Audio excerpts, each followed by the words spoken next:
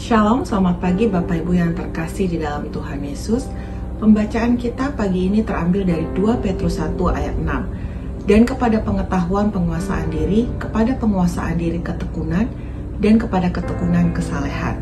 Tema yang diberikan tambahkan penguasaan diri. Menurut saya, tempat yang terbaik untuk melatih penguasaan diri adalah di jalan raya. Karena di jalan raya kita bertemu dengan segala macam manusia dengan berbagai watak dan gaya mengemudi. Saya termasuk orang yang cukup tidak sabaran saat mengemudi. Rasanya selalu ingin buru-buru. Tetapi firman Tuhan hari ini mengingatkan saya kembali tentang penguasaan diri. Pada saat saya gagal menguasai diri, beberapa hal bisa saja terjadi. Saya bisa melanggar lalu lintas, lalu kena tilang. Bahkan mungkin bisa saja saya mengalami kecelakaan karena terlalu mengikuti emosi. Mengendalikan diri atau menguasai diri berarti menahan diri untuk tidak melakukan suatu keinginan. Sebagai anak-anak Tuhan, kita bertanggung jawab untuk tetap menguasai diri di tengah godaan dunia. Selain iman, hidup kekristenan kita identik dengan kesungguhan menjalani hidup supaya iman kita itu semakin sempurna. Rasul Paulus menasihatkan agar orang percaya sungguh-sungguh berusaha menambahkan iman kepada Kristus dengan beberapa hal. Salah satunya penguasaan diri. Dalam ayat dikatakan sungguh-sungguh berusaha. Hal ini menyiratkan bahwa penguasaan diri tidak dihasilkan secara instan, sehingga dalam semalam seseorang dapat memiliki penguasaan diri yang baik. Ada kalanya kita gagal dalam menguasai diri, bahkan sampai lepas kendali.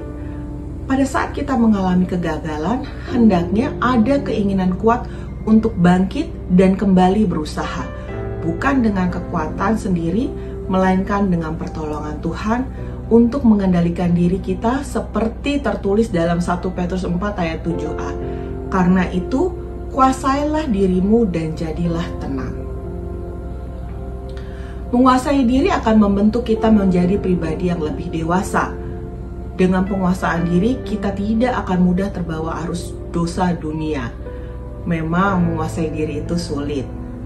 Dibutuhkan proses yang panjang untuk memiliki karakter. Itulah sebabnya kita perlu pertolongan Roh Kudus untuk membantu kita menaklukkan kedagingan kita dan menguasai diri kita. Jika karakter penguasaan diri ini ada dalam hidup kita, maka itu akan sangat menolong kita untuk dapat terus mengalami pertumbuhan rohani dan hidup menghasilkan buah yang akan mempermuliakan nama Tuhan. Jika kita melihat ke belakang dibandingkan 2, 3, atau 5 tahun yang lalu, apakah kita sudah bertumbuh dalam penguasaan diri?